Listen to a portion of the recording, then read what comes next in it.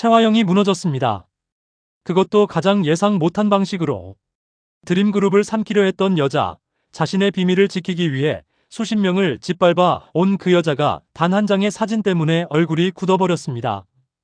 그 사진 속 남자는 바로 강남봉이었습니다. 준호와 백호의 아버지, 한영자의 남편 채화영과 수년째 비밀을 나눠온 그 남자입니다. 그리고 오늘 그 비밀이 한꺼번에 터집니다. 준호는 채화영의 친아들입니다.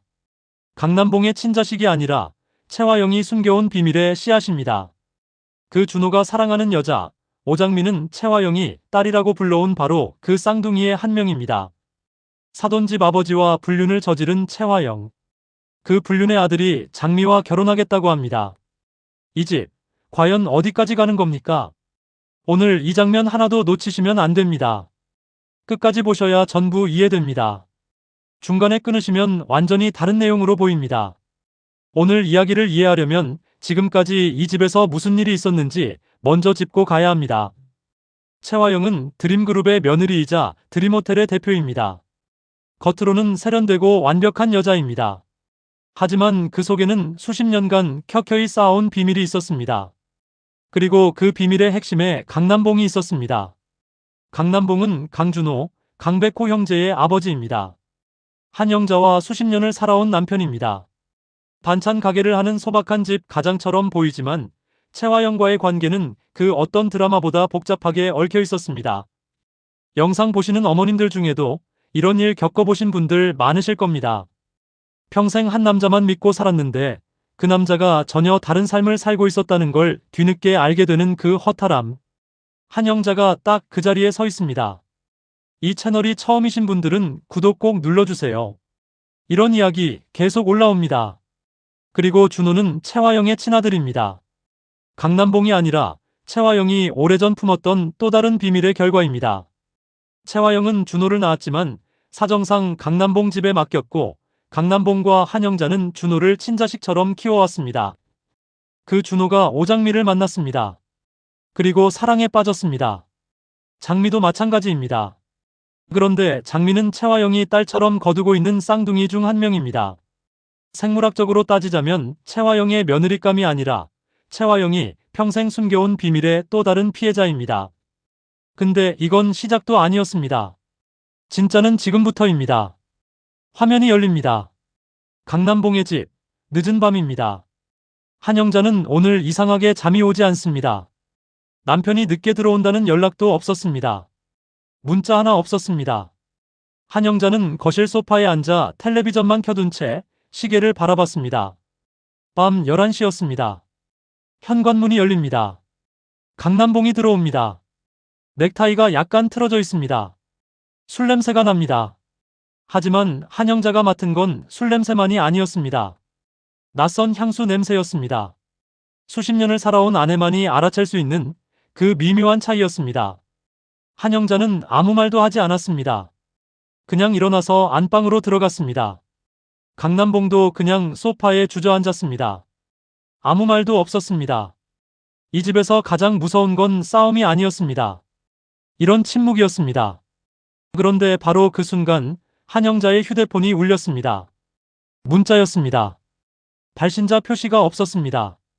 한영자는 아무 생각 없이 열었습니다. 그리고 그 자리에 굳어버렸습니다. 사진이었습니다. 사진 속에는 두 사람이 있었습니다. 한 사람은 강남봉이었습니다. 그리고 또 한 사람은 채화영이었습니다. 드림호텔 뒤편 골목, 가로등 아래였습니다. 두 사람이 나란히 서서 이야기를 나누는 장면이었습니다. 그것뿐이라면 그냥 지나칠 수 있었을지도 모릅니다. 하지만 두 번째 사진이 있었습니다. 세 번째 사진도 있었습니다. 한영자의 손이 떨리기 시작했습니다. 화면을 넘길 때마다 숨이 막혔습니다. 마지막 사진에서 한영자는 휴대폰을 내려놓았습니다.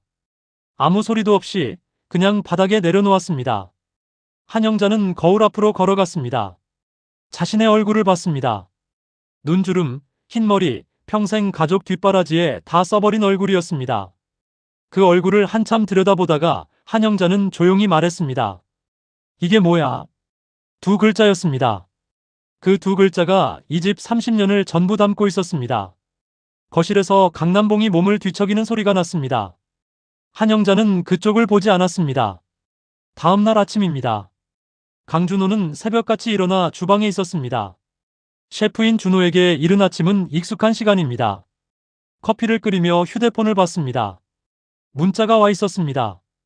백호였습니다. 형, 엄마 어제 밤새 운 것 같아.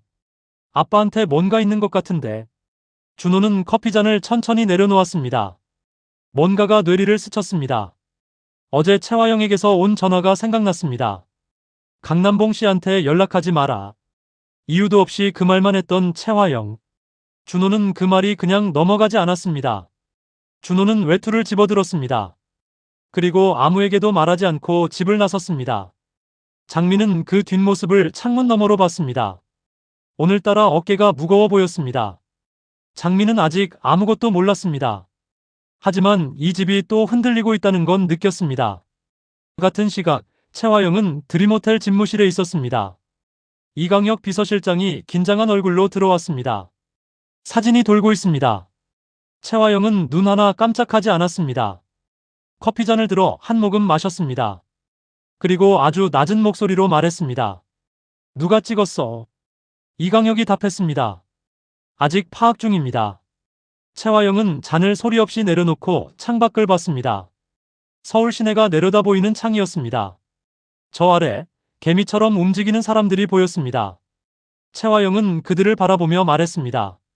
한영자가 받았겠네. 이강혁이 잠시 침묵했습니다. 그럴 가능성이 높습니다. 채화영이 돌아섰습니다. 표정은 놀라울 만큼 차가웠습니다. 강남봉 지금 어디 있어? 강남봉은 호텔 지하 주차장으로 들어왔습니다.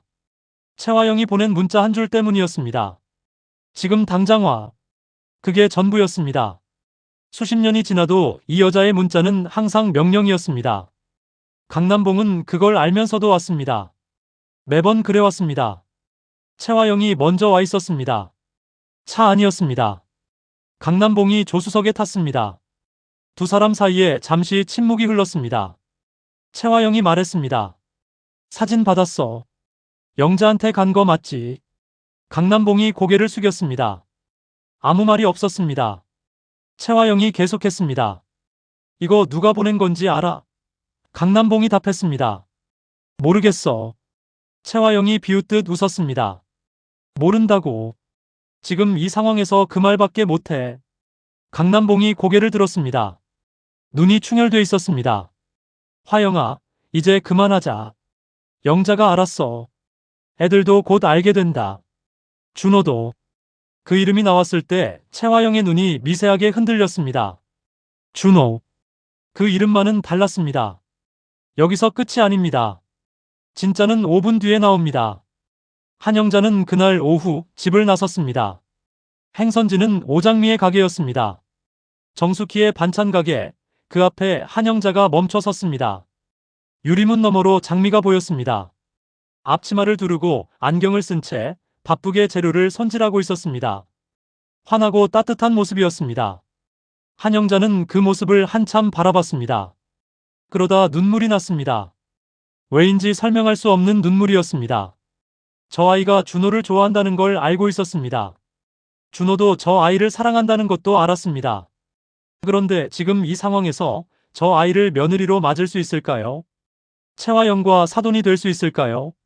강남봉과 채화영의 불륜이 세상에 알려진다면 이 결혼은 어떻게 됩니까? 한영자는 가게 문을 열지 못했습니다. 그냥 돌아섰습니다. 바람이 불었습니다. 한영자의 등이 작아 보였습니다. 수십 년을 버텨온 등인데 오늘은 유독 작았습니다. 준호는 백호의 집으로 갔습니다. 백호는 거실에 앉아 있었습니다. 눈이 부어 있었습니다. 어젯밤 엄마 우는 소리를 들었다고 했습니다. 문을 두드렸지만 열어주지 않았다고 했습니다. 준호는 백호 옆에 앉았습니다. 아무 말도 하지 않고 한참 있었습니다. 그리고 물었습니다. 아버지, 요즘 이상한 거 못 봤어? 백호가 고개를 들었습니다. 왜? 준호가 말했습니다. 채화영 씨하고 아버지, 모르는 관계가 있을 수 있어. 백호는 잠시 굳었습니다. 무슨 소리야 그게? 준호는 대답하지 않았습니다. 하지만 눈빛이 말하고 있었습니다. 형은 알고 있다.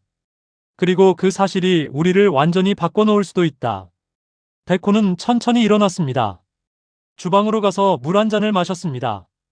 다시 거실로 와서 앉으며 말했습니다. 형, 그러면 장미 씨는 어떻게 되는 거야? 준호는 아무 말도 못했습니다. 장미는 그날 저녁 가게 문을 닫고 집으로 걸어오다가 한영자와 마주쳤습니다. 아파트 입구였습니다. 한영자는 혼자 벤치에 앉아 있었습니다. 아무것도 하지 않고 그냥 하늘을 보고 있었습니다. 장미가 다가갔습니다. 어머니, 여기서 뭐 하세요? 한영자가 고개를 돌렸습니다. 장미를 봤습니다. 그리고 잠깐, 아주 잠깐, 무너질 것 같은 표정이 스쳤습니다. 하지만 한영자는 이내 미소를 만들었습니다. 아무것도 아니야. 바람 좀 쐬려고. 장미는 그 미소가 마음에 걸렸습니다. 장미는 누구보다 억지로 만든 웃음을 잘 압니다. 자신도 수십 번을 그렇게 웃어왔으니까요. 장미는 한영자 옆에 그냥 앉았습니다. 아무 말도 하지 않고 옆에 그냥 있어줬습니다. 두 사람은 한동안 말이 없었습니다. 바람이 불었습니다. 한영자가 조용히 말했습니다. 장미야, 넌 준호 많이 좋아하니? 장미가 잠시 멈췄습니다. 그리고 솔직하게 답했습니다. 네. 한영자가 고개를 끄덕였습니다. 그래, 알아. 더 이상 말이 없었습니다. 장미는 그 말이 왜 이렇게 무겁게 느껴지는지 몰랐습니다. 그냥 좋다고 했을 뿐인데 한영자의 표정은 더 어두워졌습니다. 채화영, 드디어 먼저 선수를 칩니다. 그날 밤 채화영은 장미를 불렀습니다. 드림호텔 집무실이었습니다. 저녁 10시였습니다. 장미는 잠깐 망설였지만 갔습니다. 채화영은 소파에 앉아 와인을 마시고 있었습니다. 장미에게 앉으라고 했습니다. 장미가 앉자 채화영이 먼저 말을 꺼냈습니다. 요즘 집안이 좀 복잡해졌어. 네가 눈치챘는지 모르겠지만. 장미는 아무 표정도 짓지 않았습니다. 채화영이 계속했습니다. 준호 아버지, 그러니까 강남봉 씨하고 나 사이에 오해가 좀 있어. 옛날 일이야. 근데 그게 요즘 와서 자꾸 들춰지는 것 같더라고. 채화영이 장미를 봤습니다. 너도 어른이니까 솔직하게 말하는 거야. 이 집 일은 이 집안에서 끝내야 해. 장미는 입술을 달싹였다가 다물었습니다. 오해. 그 말이 걸렸습니다. 채화영이 오해라고 부르는 것들은 항상 오해가 아니었습니다. 장미가 물었습니다. 그 오해가 준호 오빠한테도 영향을 미쳐요? 채화영이 잠시 멈췄습니다. 그리고 미소를 지었습니다. 그래서 내가 현명하게 처신해줬으면 해. 현명하게. 장미는 그 단어가 어떤 의미인지 너무 잘 알았습니다. 조용히 있으라는 말이었습니다. 눈 감으라는 말이었습니다. 장미는 고개를 끄덕였습니다. 알겠어요. 그리고 일어났습니다. 집무실 문을 닫기 직전 장미는 채화영의 뒷모습을 봤습니다. 저 여자는 오늘도 이겼다고 생각하고 있을 겁니다. 장미는 문을 닫았습니다. 복도에 서서 숨을 한 번 고르게 쉬었습니다. 그리고 혼자 중얼거렸습니다. 오해. 그게 오해예요. 준호는 밤늦게 채화영을 찾아갔습니다. 아파트가 아니라 호텔이었습니다. 집무실 불이 켜져 있었습니다. 준호가 문을 두드리지 않고 열었습니다. 채화영이 고개를 들었습니다. 이 시간에 왜? 준호가 문을 닫고 들어섰습니다. 소파에 앉지 않고 서 있었습니다. 강남봉 씨하고 어떤 사이예요? 채화영의 눈이 순간 좁아졌습니다. 무슨 소리야 그게? 준호가 다시 물었습니다. 어머니, 저 대답 듣고 싶어요. 채화영이 와인잔을 내려놓았습니다. 천천히 일어났습니다. 준호와 마주 섰습니다. 묻지 마. 채화영이 말했습니다. 그게 다야. 준호는 흔들렸습니다. 그 두 마디 안에 너무 많은 것이 담겨 있었습니다. 묻지 마라는 말이 이미 대답이었습니다. 준호는 목소리를 낮게 유지하면서 말했습니다. 저도 알아야 할 것 같아서요. 제가 장미랑 결혼을 하려면. 채화영이 굳었습니다. 준호가 계속했습니다. 강남봉 씨 아들인 내가 어머니 측 집안 사람이랑 결혼하는 게 맞는 건지 그 판단을 하려면 어머니가 솔직하게 말해줘야 해요. 채화영은 아무 말도 하지 않았습니다. 시계 소리만 들렸습니다. 준호도 기다렸습니다. 채화영이 입을 열었습니다. 그 순간 채화영의 휴대폰이 울렸습니다. 화면을 봤습니다. 강남봉이었습니다. 채화영의 손이 멈췄습니다. 전화기를 들었습니다. 그리고 받지 않았습니다. 준호가 그 장면을 봤습니다. 그 장면 하나로 충분했습니다. 미는 그날 밤 잠들지 못했습니다. 채화영의 말이 머릿속에서 떠나지 않았습니다. 오해. 현명하게. 집안에서 끝내야 해. 장미는 일어나 공책을 꺼냈습니다. 지금까지 써온 기록들이 빼곡했습니다. 채화영의 말들, 강남봉의 이름, 준호와 나눈 대화들, 한영자의 표정. 장미는 새 페이지를 펼쳤습니다. 그리고 딱 한 줄을 적었습니다. 준호 오빠는 채화영의 아들이다. 그렇다면 나는... 장미는 펜을 멈췄습니다. 그 문장을 완성하지 못했습니다. 완성하기 무서웠습니다. 손이 떨렸습니다. 공책을 닫았습니다. 바로 그때였습니다. 문자가 왔습니다. 발신자 없음이었습니다. 내용은 딱 한 줄이었습니다. 준호는 채화영의 친아들입니다. 결혼하면 안 됩니다. 장미의 얼굴이 굳었습니다. 손에서 휴대폰이 미끄러질 뻔했습니다. 눈이 커졌습니다. 숨이 멈췄습니다. 장미는 그 문자를 다시 읽었습니다. 한 번, 두 번, 세 번. 그리고 장미가 가장 먼저 한 행동은 준호에게 전화를 거는 것이 아니었습니다. 엄마 정숙희에게 전화를 거는 것도 아니었습니다. 장미는 공책을 다시 펼쳤습니다. 그리고 그 문자 내용을 그대로 받아 적었습니다. 손이 떨렸지만 글씨는 또렷했습니다. 이 집의 비밀이 이제 장미의 손 안에 들어왔습니다. 그리고 채화영은 아직 그 사실을 모릅니다. 파트 2에서 계속됩니다. 장미는 이 문자를 어떻게 할까요? 그리고 준호는 오늘 밤 채화영에게 어떤 대답을 들었을까요? 파트 2에서 모든 것이 뒤집힙니다.